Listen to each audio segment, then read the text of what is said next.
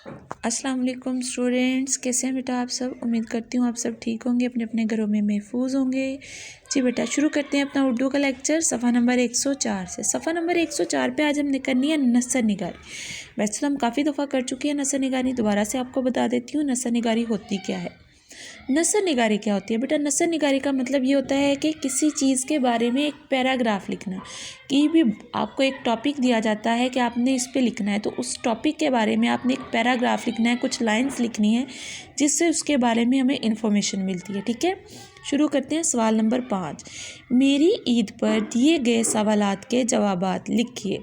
तो हमारा आज का टॉपिक है मेरी ईद। ठीक है, मेरी ईद या मेरा त्यौहार, जैसे आपके अगले सफ़े पर लिखा है मेरी ईद या मेरा त्यौहार। ठीक है, यहाँ पे कुछ सवाल दिए गए हैं आपको, इन सवालों के ज़रिए आपने एक पैराग्राफ लिखना है। ठीक है, जैसे जैसे आप सवालों के जवाब देते जाएंगे वैसे वैसे एक पैराग्राफ जो है वो बनता जाएगा। ठीक है, एक पैराग्राफ बन जाएगा, वो आपका मेरी ईद पर एक टॉपिक हो जाएगा। ठीक है, शुरू करते हैं। सवाल नंबर 1, ईद पर सुबह कैसे जागे। ईद पर सुबह कैसे जागे?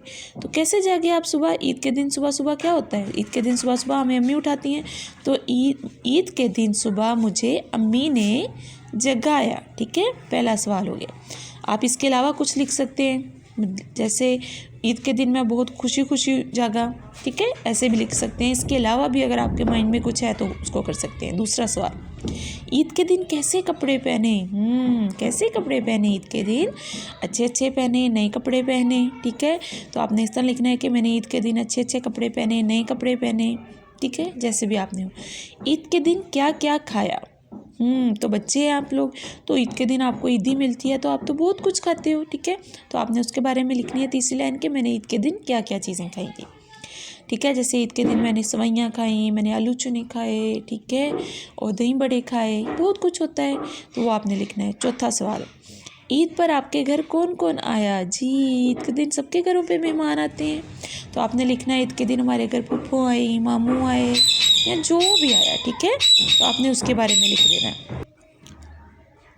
जी, आ गया सवाल नंबर 5, आप किस किस के घर गए? जी, जब आपके घर मेहमान आते हैं तो बेटा ऑब्वियसली बात है आप लोग भी घूमने जाते हो अपने रिश्तेदारों के घर, सबके घर। ठीक है, तो आप किस किस के घर गए थे? अब आपने ये बताना है हम कहाँ गए। आप भी अपनी फूफो के घर गए, नानू घर गए। ठीक है, अपने और खाला के घर गए, तो जिस जिसके घर गए आपने सब लिखना है कि ईद के दिन मैं अपनी फूफो के घर गया, नानू के घर गया। ठीक है, इस तरह। सवाल नंबर 6, आपको किस किस ने ईदी दी? जी, तो घर में इतने सारे बड़े लोग होते हैं तो मेरा ख्याल है सभी ईदी देते हैं। ठीक है, तो आप ये भी लिख सकते हैं ईद के दिन मुझे सब ने ईदी दी। या अगर आपने स्पेसिफिक नेम लिख के लिखना है तो आप उनको लिख सकते हैं, जैसे मुझे मेरे अब्बू ने, अम्मी ने, ठीक है, दादा अब्बू ने, बहन ने, भाई ने ईदी दी। इस तरह भी लिख सकते हैं, और सब ने ईदी दी इस तरह भी लिख सकते हैं। अगला सवाल, आखिरी सवाल नंबर 7, ईद के दिन सबसे ख़ास बात क्या थी? तो ईद के दिन सबसे ख़ास बात क्या थी? आपने कौन सा मज़े वाला काम किया, या आपको कौन सी ईद की सबसे ख़ास बात लगी? ठीक है, जैसे ईद के दिन मैं अपने दोस्तों के साथ बाहर घूमने गया, ये हो सकती है ख़ास बात। ये भी हो सकती है कि मैं ईद के दिन बहुत खुश था। ठीक है, या आपके घर में अगर कोई आया जो स्पेशल था उसके बारे में बता सकते हैं कि ये ख़ास बात थी। तो जो कुछ भी ख़ास बात हो सकती है। ठीक है, अब यहाँ पे आपको एक कुछ बातें बताई गई हैं, उनको भी ध्यान से। अगर आप ईद के दिन अगर आप ईद नहीं कोई और त्यौहार मनाते हैं तो इसके बारे में सवाल लिख के जवाब दे सकते हैं। इन जवाबात को एक पैराग्राफ में लिखिए। याद रहे कि पैराग्राफ 2 उंगली के फासले से शुरू होगा। ठीक है, यहाँ पर आपने जैसे मैंने बताया आपको, यहाँ पे एक सवाल है और उससे बिल्कुल अगली लाइन में 1 लिख के हमने उसका जवाब लिखा है। बिल्कुल आपने इसी तरह करना है। यहाँ पे 1 लिख के सवाल लिखा है, यहाँ पे 1 लिख के आपने उसका जवाब लिख देना। यहाँ पे 2 लिखा है तो यहाँ पे भी 2 लिख कर उसका जवाब लिख देना है।